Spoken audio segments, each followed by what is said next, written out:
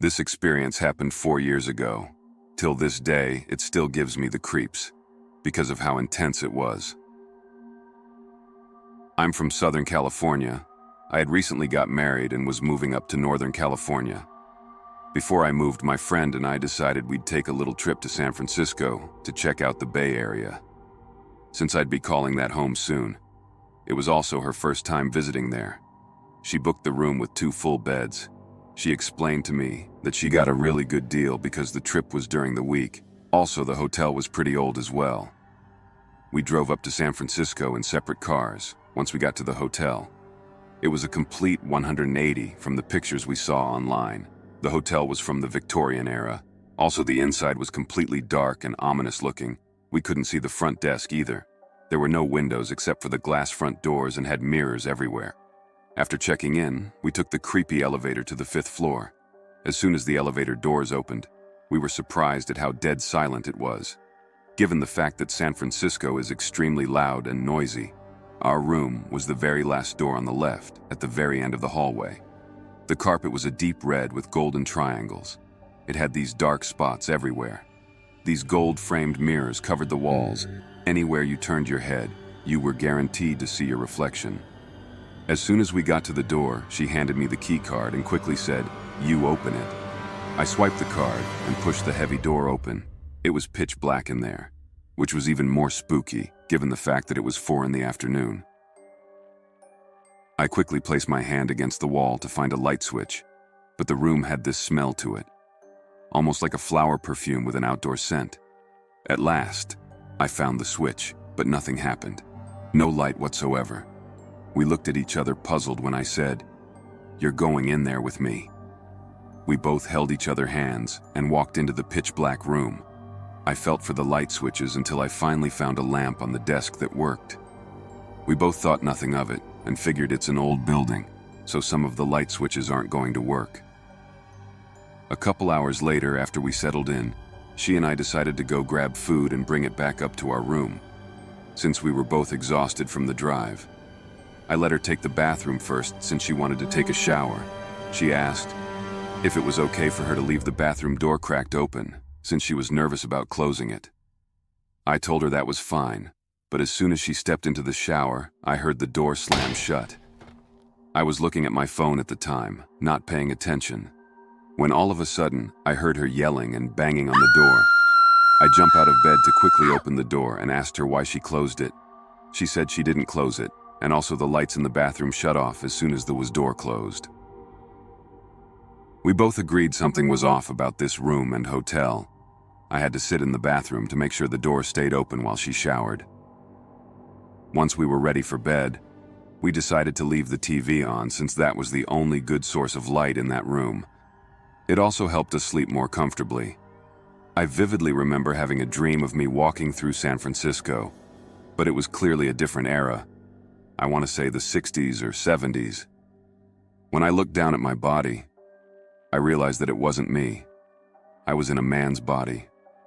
At that moment, everything turned gray and all the people around me were being tortured. I remember being scared and running away from these people. I could tell I was panicking and trying to get away from something when suddenly I woke up to the room being dark. For a second, I thought I was still dreaming, because I knew for a fact we left the TV on. My eyes adjusted to the dark, and I could see my friend sleeping in the bed next to me. I turned on my right side, which was the side the window in our room was. I tried to go back to sleep, but all of a sudden the room went cold. It was freeze cold that I could feel it on my cheeks. Then I heard heavy footsteps coming from the front doorway towards our beds. I don't know why, but my first instinct was to pretend I was sleeping, and I quickly shut my eyes. I heard the footsteps come towards my bed, which made me panic a little bit. My heart started racing. Then suddenly I felt a heavy weight on my left side as if someone sat right behind me. It was so heavy that my body moved back towards the weight. I felt this thing breathing heavy when it started stroking my hair. I didn't feel anything malicious from it, but I was terrified. I remember not being able to say anything. For some reason, I couldn't speak. I couldn't even move. Finally, after a few minutes, I found the strength to sit up to yell at my friend. She woke up and quickly ran to the desk lamp to turn it on. I told her what happened. We looked all over the room to check. It was still locked and ended up sleeping in the same bed for the rest of our stay. After the vacation, I talked to my friend about what happened. He did some research, and turns out the hotel we stayed at is known for being haunted. This is a true story. I used to work on Berwick Street, Soho, in a super cute little gift shop. Unfortunately, it closed down a few years ago, but it was such a cool place to work with loads of celebrities coming in. Most of my friends at the time lived or worked in the area, so there was usually something fun going on after I finished my shift, which was normally at 7 p.m. But one evening, 3 of my friends were in town, so we ended up heading to the Courthouse London for dinner. If you walk down Carnaby Street, towards Liberty, London, the courthouse is just at the bottom, right over the road. It's a pretty swish hotel with a bar and restaurant, but it used to be a magistrate's court. It still has a lot of the original features, including the old jail cells, where you can have drinks, and the courtroom is the restaurant's seating area. Anyway, one of my friends had planned ahead and booked us a table, although when we arrived, there was only one other couple dining in there as far I can remember. It was a weeknight, so it wasn't busy at all. We had dinner and socialized for the rest of the night. That night was just like any other. I'm not a big drinker, and I don't remember drinking at all, but if I did, it would have only been a glass of wine, so I was in no way drunk. I excused myself from the table and went to the bathroom. So, the layout may have changed, since I haven't been back in many years. But at the time, the bathroom layout was a door you had to push into a short corridor, then another door you had to push open to enter the bathroom. Both doors were heavy and swung closed behind you once you went through them. The bathroom was a smallish room, but nice as far as bathrooms go. There were 3 empty stalls, all with the doors neatly open. I went into the center stall and closed the door. As I was sat there, I began to hear what sounded like whispering behind me. Perhaps just off to the right of me, it made me turn around. But I just thought to myself, it must be something coming from the room next door. The whispering continued, but I couldn't really make out what was being said. Surprisingly, I was calm and didn't think anything of it. It was just someone in the room next door, I assumed. The next thing I hear was knocking. There were 3 loud knocks on my stall's door. Now in my confused mind, I thought, one of my friends must have come into the bathroom and decided to knock on my door for some strange reason. I quickly finished using the toilet and opened the door expecting to see my friend or someone, but there was no one in there. The room was completely empty with all the stalls just as they were when I entered, with the doors still open. There was absolutely nobody in the room with me. Plus, if someone had come in, knocked on my door and ran out again, I would have heard the heavy door or footsteps, but there was nothing, just silence. I thought to myself, why would someone do that anyway? The hotel is pretty fancy. They wouldn't just let people run around in it. So at this point I was puzzled, but still surprisingly calm. I think my mind just went to a rational place at the time. But what was the whispering, I thought? I returned to my table to ask my friends if they'd knocked on the stall door, and they all said no. I told them the story. They were all freaked out and didn't want to use the bathroom alone after that, which I guess is understandable. All of their reactions actually made me freak out a bit too. Did I just experience something paranormal? I couldn't explain it, but I definitely didn't imagine it. This is definitely a head-scratcher for me. I often think about it, and what the heck it was all about. I will never know who or what knocked on my door and why they were whispering to me. I wonder what they were trying to tell me. Was it a ghost? I guess I'll never know. If you ever visit London, you should pop in there. The bar is cool, and they also do a lovely afternoon tea. Just beware if you go to the bathroom alone. One of the first jobs I had when I arrived in the UK was at a hotel in Stratford-upon-Avon as a receptionist. It will remain nameless, as I am aware they don't want the reputation of it being haunted. The hotel was a country home back in the 1500s. Even Shakespeare tried to quarantine there. The history of the site isn't hidden, but it isn't publicized or exploited in any way, marketing-wise I mean. I used to work evenings by myself, starting at around 11 p.m., with only 2 other workers being at the restaurant and bar area. Usually in the late evenings I would prepare stuff for the next day, Once I was done, I would draw the rest of my shift. Occasionally, I would talk with my 2 other coworkers after the restaurant closed. During one particularly cold November evening, I received a call from the Hamlet suite. I hesitated to answer as I just moved the guests that were in there to another room, since the radiators weren't working. My mind quickly made the explanation that I didn't change the keys to the new room, or the couple went back as they had forgotten something behind. I pick up the phone, and there was nothing but quiet on the other side. I quickly glanced at my coworkers who were still in a good, but most importantly, jokers. It must have been them playing pranks. I quickly hang up to call the couple's new room. I said, "Hi. Just checking if everything with the new room is nice and toasty." Before I could hang up, the other desk phone begins to ring from the Hamlet suite. I potently say goodbye to the couple and hang up. The other phone was still ringing, so I picked it up. This time I could hear breathing. I continued listening until I heard this squeaky, high-pitched laugh. The line disconnects right after that sound. I quickly grab the master key and head straight to that room. I walk in after fighting with the old door. I notice a cold chill in the room. The window is partially open. Also, the blinds were as well. I checked the whole room up and down. No one was in there. I closed the window, blinds, and door. I was scared the rest of the night and stayed with my 2 coworkers. I didn't bring up my experience to them, not knowing how they would react to it.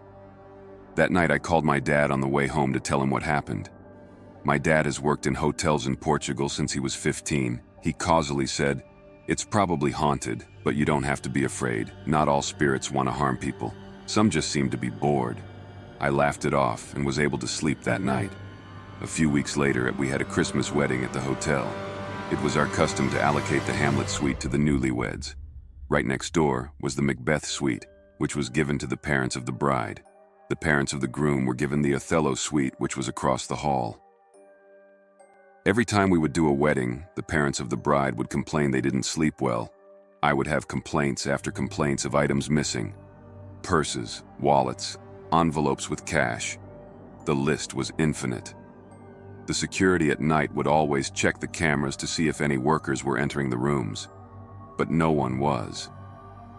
One morning, a very angry mother comes downstairs to the reception desk and yells, "This is inadmissible. I wish to make a formal complaint." I tried to calm her down to get to the bottom of what was bothering her. Most of the times at hotels, we are able to fix any issues. She continued talking. "You must speak with your housekeeping staff. They can't be cleaning in the middle of night, let alone taking a rest on other people's beds," she said in steer voice. I tried explaining that our housekeeping staff starts their day at 7 a.m. During the night, we only have one night porter, just in case of any emergencies. She seemed to get even angrier and yelled, "Are you telling me I'm lying? I saw a woman seating at the end of the bed by my husband's feet. It must have been some of your staff." I apologized and assured her I believed her and would get to the bottom of it. Items started showing up in weird places like the basement, closets, and lobby area for the next few weeks. None of it made sense. The staff was totally puzzled by the whole events. But at least I didn't get any more phone calls from any rooms. 2 years ago, my boyfriend and I were in London for New Year's Eve. Long story short, our Airbnb was haunted. The apartment was actually beautiful. It looks very much the opposite of creepy. It's modern, well-decorated, bright, due to the big windows. The only thing that creeped us out was this creepy sketch that was mounted by the front door. It was a black and white sketch of a small child, hiding in a doorway. He or she had black eyes. Also, it was peeking through the doorway, with half its face covered in the shadows. As you can see, it's just an eerie, unsettling sight. I don't know why anyone would choose this for their home decor, let alone for hospitality purposes. We both seemed to have the same idea and voiced our distaste for that sketch to each other immediately. We thought the owner must be a bit of a weirdo, but quickly forgot about it as we had more important affairs, like deciding which pub to go to that night. Around 9 p.m., we headed out for the night. I was the one to lock up that night. I specifically remember closing the door and locking up as usual. I even double-checked to make sure it locked. Nothing unusual there, which is why what happened later creeps me out till this day. We got home around 3 a.m. that night, a bit tipsy, but not incoherent. My boyfriend was in front of me, so I handed him the key to open the door. He struggled for several seconds, to which I mentally blamed this on his alcohol consumption. More time went by, and he still couldn't get it to open. It must have been 10 minutes of him trying to open it, when he ends up vomiting onto the door. When all of a sudden the door busted open. The initial scene brought a wave of confusion. The door frame had broken off the wall completely and was now hanging in midair. It had been yanked clearly from the wall. It was now only attached to the door by the door chain. That's when I realized that he was struggling to open the door because it was chained shut. The first few seconds we were silent, but then I realized what was wrong. The door chain had been chained from the inside while we were out. But how was this possible? There was no way the chain could have been locked from the outside, something we experimented in the days to come, and we can verify. Since I was the one to lock the door, I knew for a fact I didn't touch that chain. This chain was heavy and thick. It's not something you can try to convince yourself was somehow attached to the door by the wind, or anything rational. Someone or something had to pick it up and carefully slide it into the lock. Our initial thought was that someone must be in our apartment. My boyfriend went ahead and checked the small apartment. It didn't take long for him to announce that there was no one there. The apartment was on an upper floor, in a glass building with windows that don't open. There's just no way someone could have gotten in except through the front door. They would have to remove the chain to get back out the front door. It just didn't add up. I remember the feeling of panic and dread setting in. I was feeling extremely uneasy. I just could not bring myself to look at that creepy sketch by the door.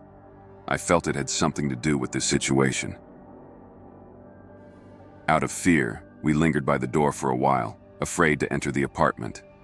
After some time, we gave in and went into the living room, but the feeling in the hallway was becoming unbearable, like something sinister was watching us the whole time. That night, we drank ourselves to sleep. We slept together, probably with the lights on. It wasn't until after the trip was over that I told my boyfriend my feelings towards that sketch. How I always felt like something was watching me in the hallway by the door. It seemed he felt the same way, although he didn't believe in the paranormal beforehand. After this experience, he changed his opinion. I emailed the landlord.